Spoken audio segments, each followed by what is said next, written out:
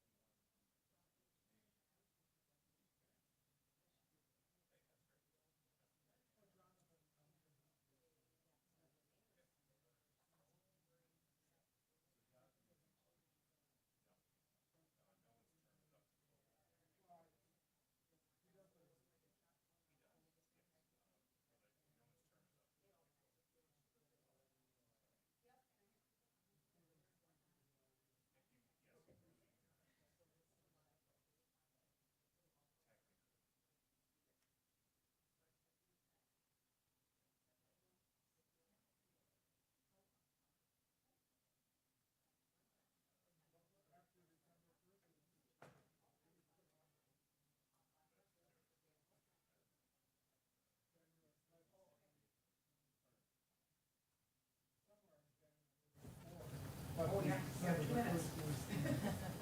Beginning of the campaign. No air today, Alan? No. Oh, I think I got a bounce back from him, he's on vacation or something, isn't he? He's at a conference. Okay, yep. Yeah, I actually thought about sending us. Large scale repair that they. Normally I'm not saying that every Square, week, just so like hey, put in a- every week after I can say that. Why is that curve so bad? It looked like they were playing with 8 to 5. The Dan Campbell, man. Yeah. It's 2 spots, the intersection at Fourth and Crescent is horrible, and the curve is Well, the worst. Now, towards the school, it's quite so bad. Yeah, I mean, that's, I think the plow is. I watched quarterback, this guy does like quarterback breakdown. And he was just pointing out like.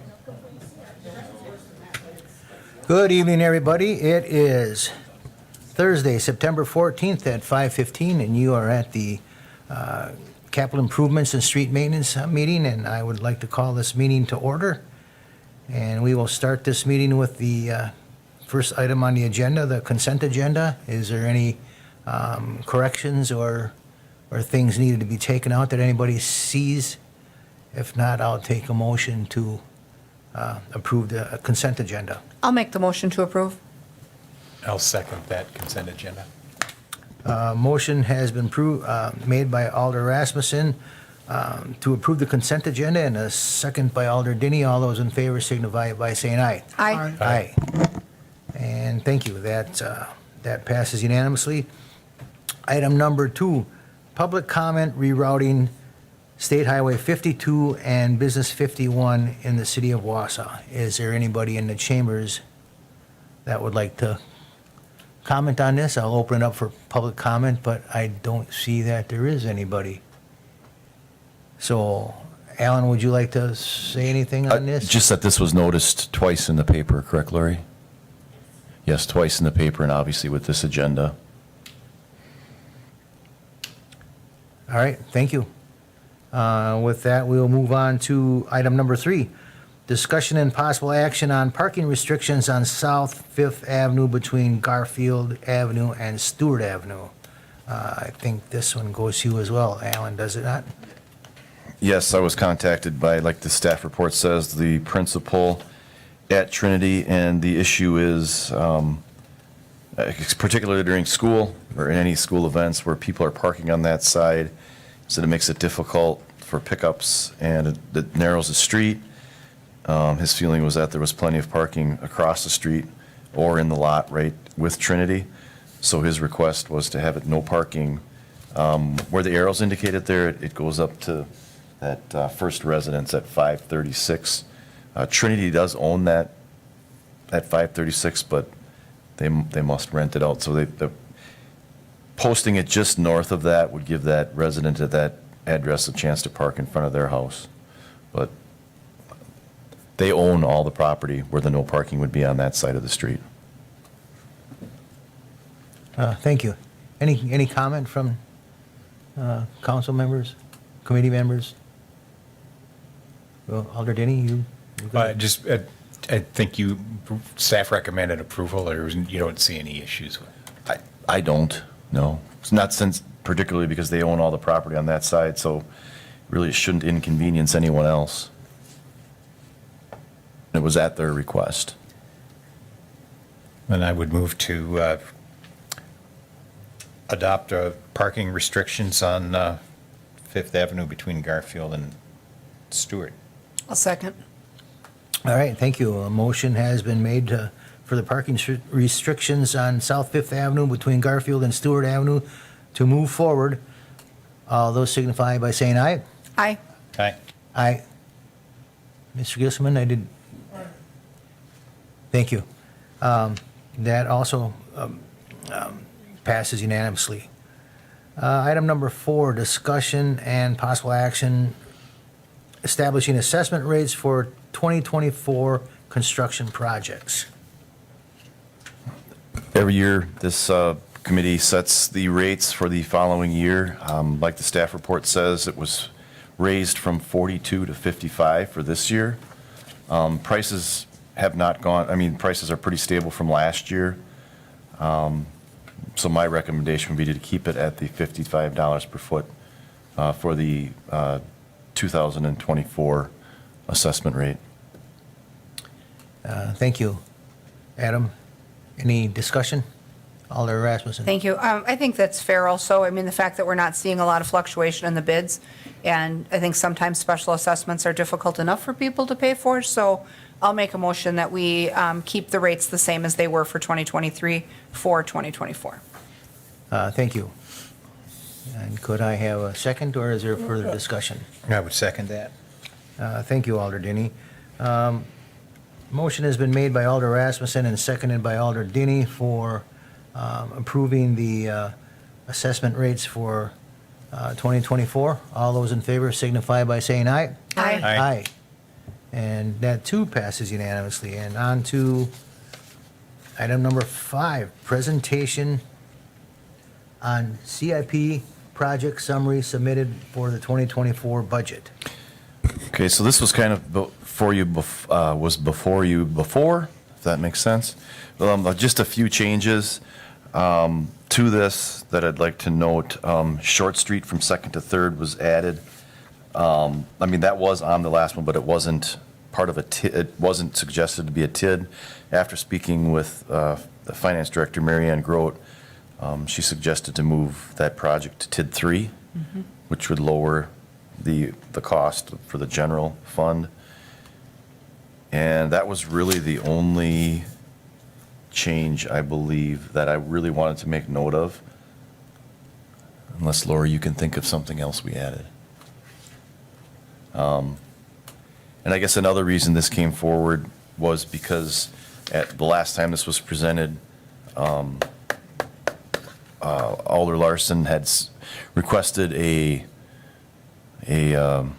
overall summary of where we are on the streets and how much it would take to get all the streets up to a rating of 5 or above, which is considered, a good rating. So the memo that I passed out to the committee before, and the reason this memo got out late is because we had just completed the ratings at a staff level. So we just got all these ratings compiled, which consists of driving every street, every block in the city.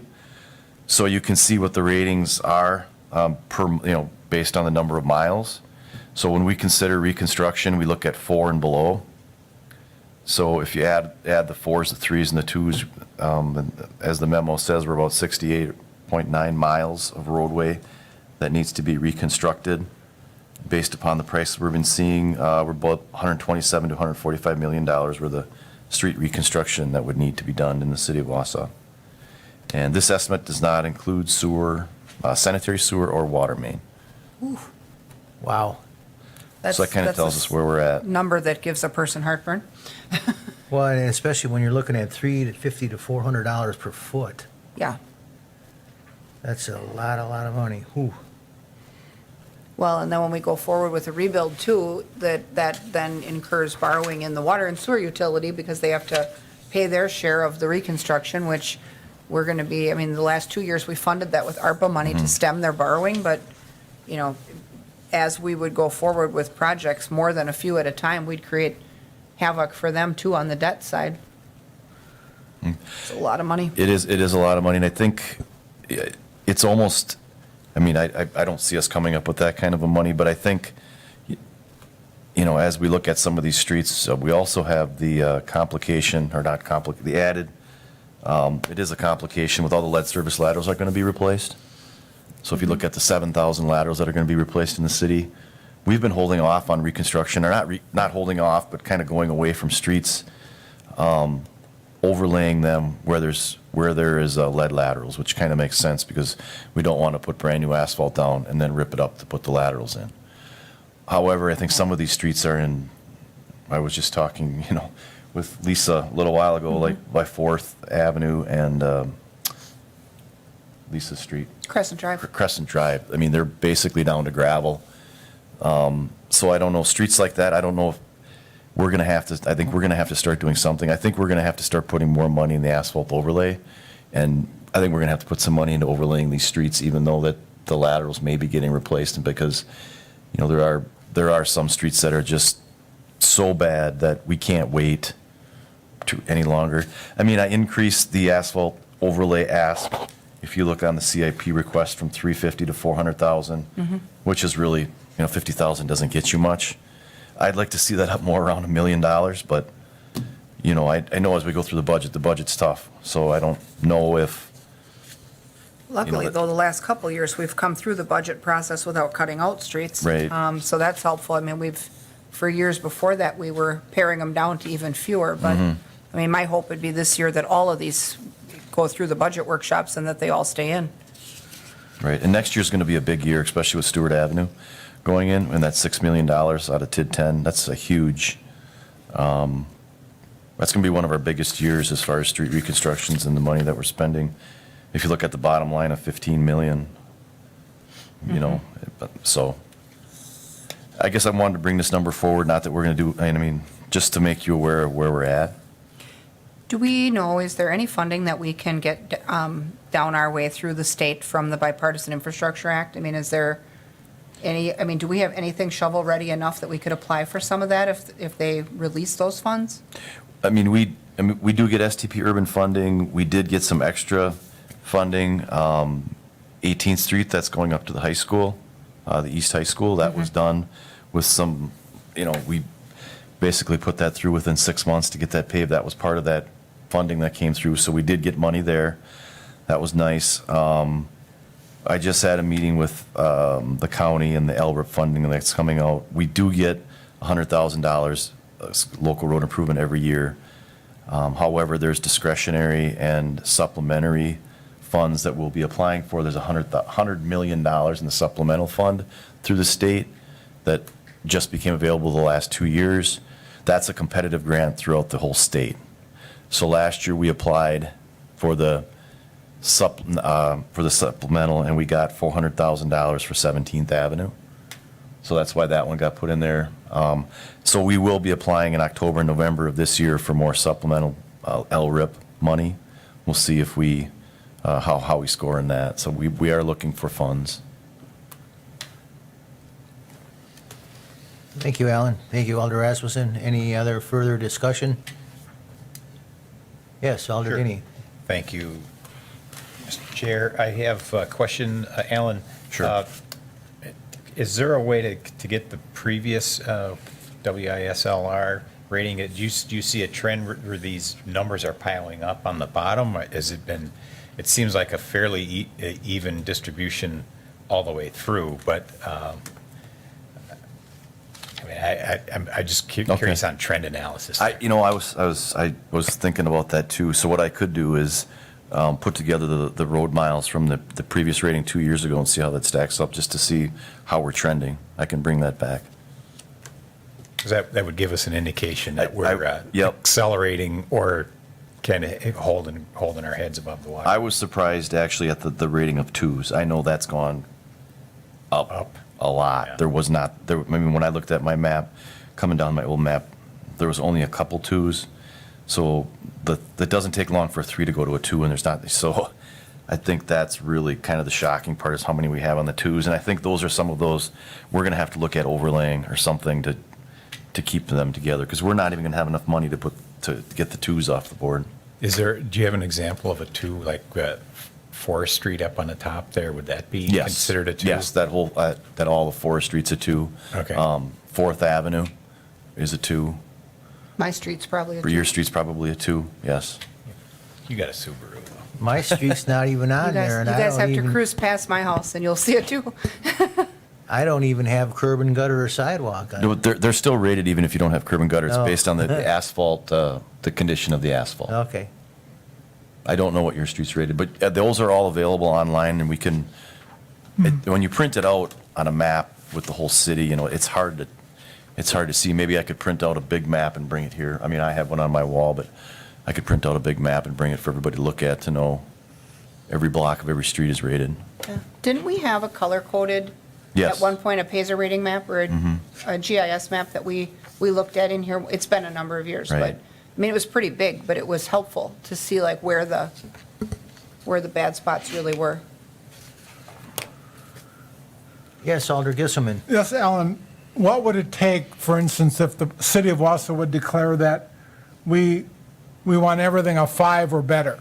I mean, I know that's a lot of miles, but if that would be a decision that we would say in 3 or 4 or 5 years, you know, because I think, you know, it's not going to be done overnight, granted, and it's going to take us a few years, but would that sort of put us on a cause that this is what we should do and it's going to take 5 years to do it? I'm just sort of looking at, you know, down the road so that, you know, we don't have any 2, 3, or 4s. You know, the city of Wausau's policy would be 5 or better. And is that something achievable, do you think, in 5 years or not? I'm just sort of asking the question. I mean, if you look at what we're spending currently, look at the bottom line on the right, we're like, 4.3 million coming out of the general fund. And that includes, you know, things like concrete rehab. That includes a lot of different stuff. You know, that number would have to be closer to the 25 million instead of the 4 million. Over. Per year. 25 million per year for 5 years. Per year. Yes. So then we can't do that. So then we're set at maybe a 3 or a 2. Is that really bothers me, that that's sort of where we are as a city, that we can't pull this off. I'm not asking for this. I'm just sort of. I'll take all the money we can get. I mean, Right, well, what if that means what is it for 2024? What, you said 1 million, you know, so what should this committee be seeking or lobbying for or whatever to sort of make a little bit of a dent in that? Because I think the citizens are seeing it, and I think that this committee, as well as the city council, should start to be seriously talking about this. I don't have an answer, but Right. I was going to say, you know, what can we do in 5 years? Well, maybe we can't, but I think this committee should at least start to provide for some kind of an answer for our citizens. I have another question, but Lisa has a question. Well, one question, because our construction season is short. And so sometimes, even with the jobs that we award, sometimes our folks that we award them to, I mean, there's only so many people out there that can do the work. This is kind of like the trouble you have with lead laterals. There's only so many plumbers. So you could want to do more projects, but sometimes we're lucky if those people even bring our projects in on time before the snow flies. I mean, what capacity do we have to even take on more projects? Let's say, I mean, I feel like we could probably do a few more every summer, but we couldn't like double our bid awards, could we? I mean, even if we threw money at it, which is difficult in itself because we'd have to take on a truckload of debt. But even if we had the money, aren't we really capped at what the capacity of the construction force really is? There's just not, those folks are spread thin statewide, right? I mean,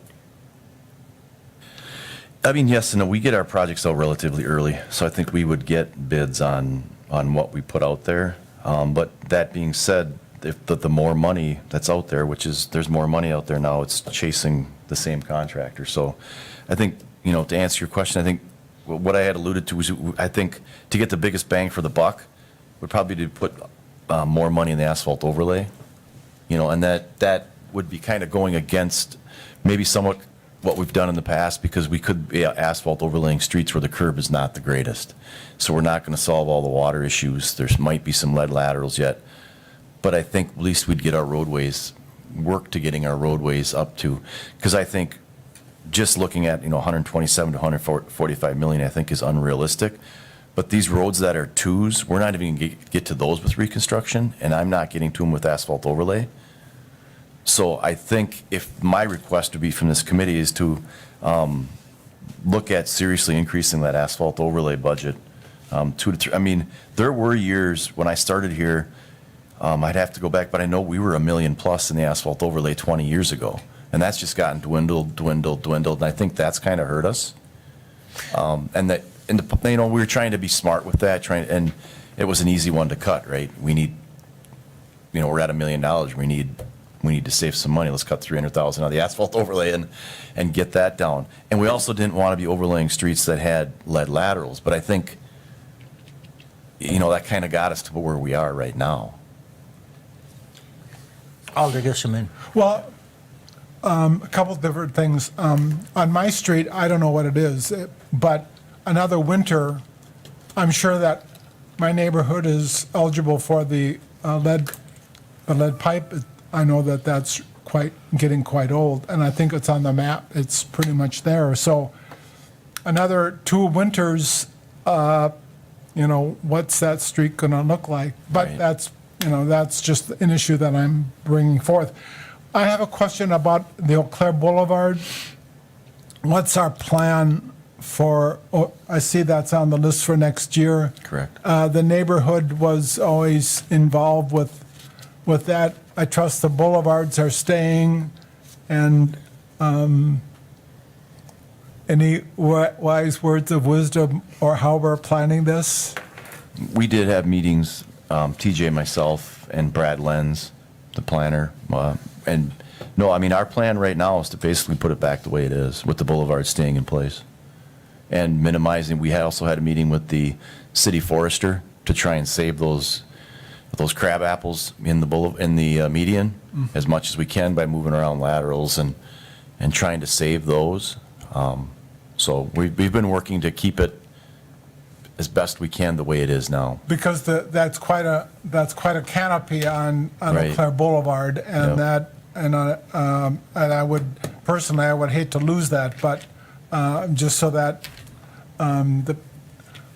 you're involved with the care and maintenance of that, that was my concern. So thank you for that. Doug, Alder Dini. Yeah, I want to just jump back to what Alan was talking about on asphalt overlay. So, this is where an ounce of prevention is worth a pound of cure, I think.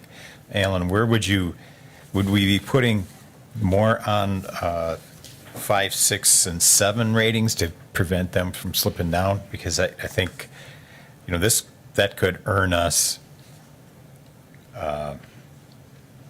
really dividends. We'd gain ground if we could prevent those that are already fairly good from slipping down into the bad. And as I understand it, that asphalt overlay has been pretty reliable for us to prevent further erosion and degradation. Right. So our practice here in the last several years is to not overlay streets that are beyond, I mean, to try and get them on reconstruction. So if it's a 2, don't overlay it. If it's a 3, don't overlay it. Reconstruct it. So we've been trying to overlay streets that have good curb and gutter, good drainage, good underlying utilities. The classic example was Merrill Avenue this year coming down. You know, there was some rutting, there was some cracking, but we wanted to preserve that. The pavement, you know, was 15 years old, so we overlaid it to keep it. If you'd let it go, you know, it goes from a 6 or 7 to a, you know, and it keeps, now we have it back up to an 8. So I guess my concern is that if we're not willing to put $10 to $20 million a year in to correct those 2s and 3s at least, I don't know where they're going to end up in a couple of years, where some of these streets are going to be. I think we're going to have to put some overlay on streets that are 2s and 3s to get them back up to 5s. What is the cost comparison? So asphalt overlay or reconstruction is $350 to $400. What is asphalt overlay roughly? I suppose it depends on what the. Yeah, it depends on the width of the street. Your big savings is you're not redoing the storm sewer, you're not redoing the curb, you're not redoing the sidewalk. I'd have to get you that number. I don't know if I can come up with that Maybe it's quick a off the top half, of a my- fourth, a Probably third. a quarter, I would say, yeah. Okay, that's good. That was going to be my question. Alder Rasmussen. Thank you. The good part of asphalt overlay also is that the neighbors don't get assessed for it. It's a maintenance process. So, you know, reconstruction, everybody gets a bill. So I think that, you know, the one thing we always tried to avoid also with overlay was streets where the underground utilities had a lot of like winter freezing, breaking, cracking, you know, where they're out there in the winter digging up the street to fix a break, main break. And, you know, there's some of those streets, mine especially has had 4 or 5 of those. I mean, it's probably a rebuild type street, but, you know, it's also such a short, smaller street that there are other ones that are as bad that are way more heavily traveled. The only people traveling that street is school traffic and us that live there. So, you know, what is the difference, Alan, on the asphalt overlay side between true overlay and skin patch? Is it the thickness? Is it like a 2-inch, 4-inch type? Yeah, I mean, overlay can be general. I mean, overlay can be a lot of things. You can do a complete mill and overlay. So you can, if Yep. there's 3 inches of asphalt or 4, you can mill it completely and overlay it. And use it as base, and then, Well, not necessarily, because the curb and gutter is there, your elevation set, so you can't, you would just mill the asphalt off and put it back. Okay. Put it back. I mean, you do, like on Merrill, we just did, there's like 5.5 inches of asphalt over there. We took the top 2 off. I would say that's more of your typical overlay. Okay. Take the top off and put it back on. A skin patch is really that's something that DPW does just as a last-ditch effort. That's like a 1/2 inch. you only get a couple years out of Yeah. that at best, right? So, I mean, Correct. that's what we did on Thomas Street while we were trying to figure things out. Right, and that is more of a less to keep something together until you can reconstruct it. So say you do that if you know something's on a 5-year list to reconstruct it, but you need to hold it together. You'd put a skin patch on it. I wouldn't recommend that on too many streets, just because it is. But you could get 5 to Short 10 term. years out of an overlay, more so, like, I mean, to allow us to catch up? Typical overlay, you're looking at 15 years. 15, okay. So that does buy a little more time. I mean, and your standard practice really is to emphasize crack seal and seal coat on the 5, 6, and 7s, right? I mean, when you're at 5 and better, you're trying to keep, Yeah, I mean, that's where we're doing the chip seal stuff, right? chip seals we're trying to get away from a little because we've had some failures on those. We're Okay. doing more of the preservatives now with these oils, and you've probably seen them in some of your neighborhoods spraying the preservatives on the road now. We're doing more of that. We have another contract with that coming up, so we are doing preservation on the front end. Now that's just, the preservation techniques are trying to keep the 9s and the 8s and the 7s at 9, 8s, and 7s. Those are on the top end. Okay, And then when you get to the middle, when you get to your 5s and 6s, 7, that's when you're milling and overlaying, typically, because it's beyond putting a spray on it to try and preserve it. It's got too much. So that's when your 5, 6, and 7s. That's when you try and mill and overlay them to get them back up to 8s. So that I would agree with that. I mean, that's kind of what we're doing now, but we've fallen behind. I don't have a lot of answers when somebody calls me like today on Fourth Avenue and it's not on the 5-year list and it's a 2, so I don't know what to tell them. Well, what if, like, how many asphalt overlay, I mean, I guess it depends on the distance. How far can you go for 400,000? Like this year, Merrill Ave took it all, right? Or close?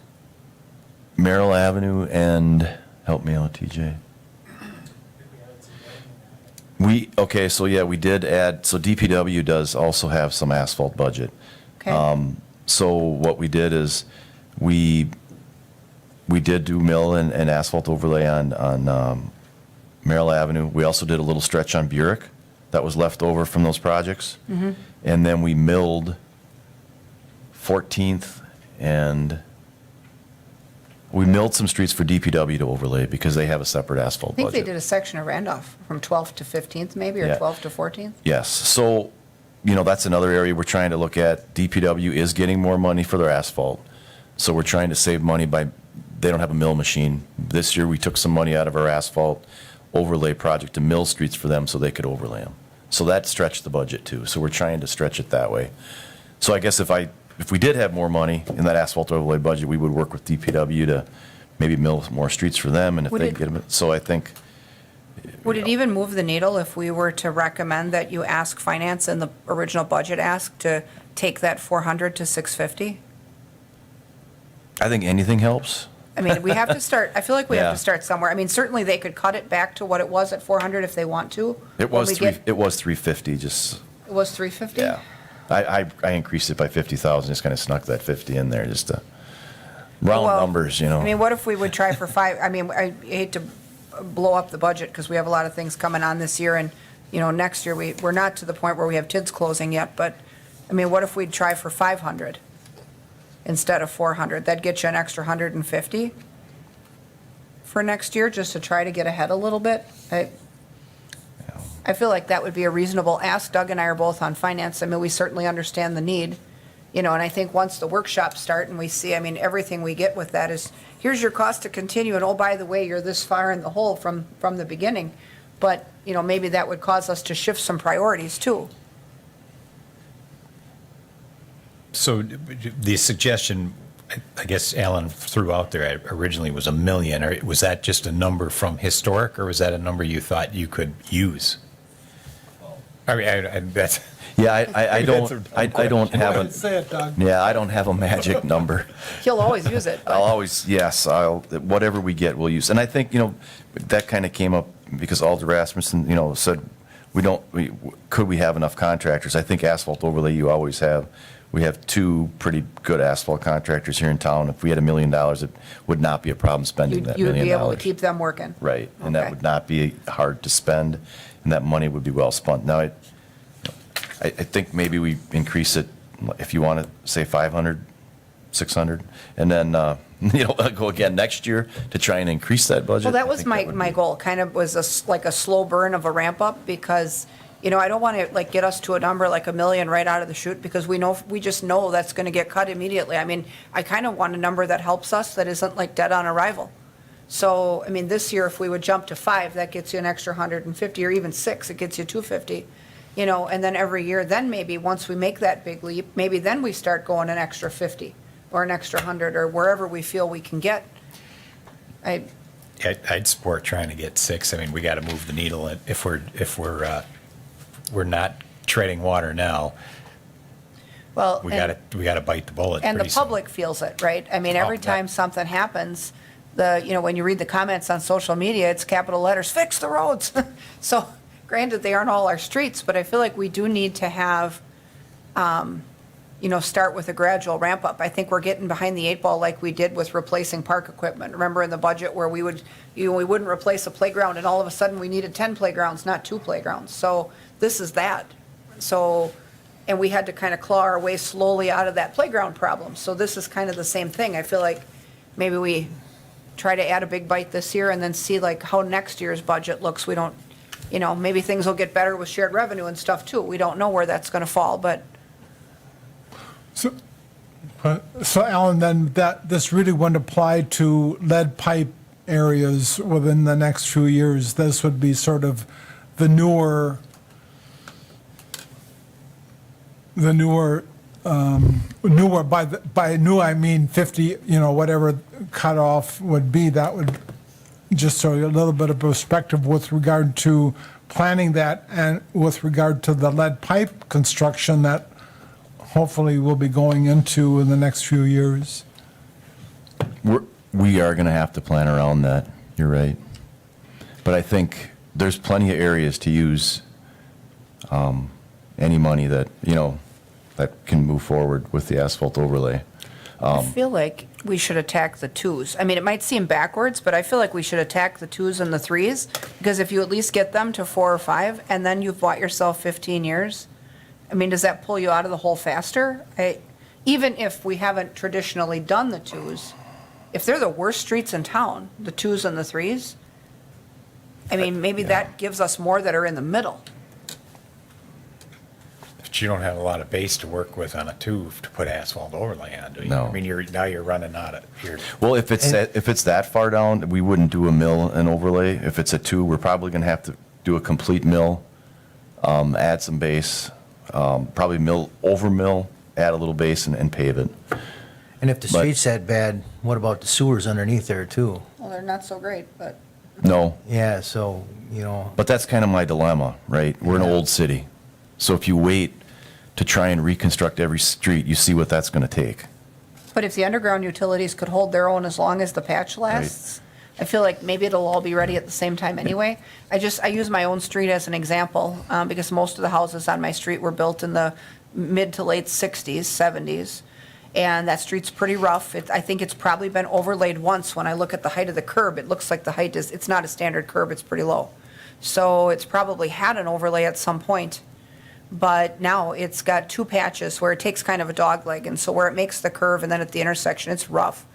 But, and that street has had, 4 or 5 underground frozen pipe breaks in the winter where they've had to open things up and shut the water off for a day and whatever, but it depends on the winter. Like, the deeper the frost, the worse that is. Last winter, we had none. The winter before that, we had 1, and the year before that, we had 3. So, you don't know what you're gonna get for winter, but I feel like if we at least buy some time, like to fill that crater at the bottom. And so just so you know, we, in the last, several years, we have been targeting streets that we have had the most utility issues. So like this year, we reconstructed, TJ, help me out. Huh? Which one's the reconstruction? Yes, on the east side. What's Henrietta? Henrietta? Yes. Lot of water main breaks.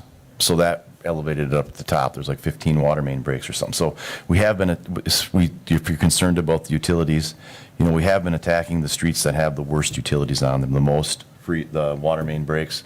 And also, the sewer utility does do a lot of lining, cured in place lining for the old lines. So that's a non-dig technology, and they do a lot of that every year. So we've been getting rid of or curing a lot of the underground utility defects other than the lead service laterals.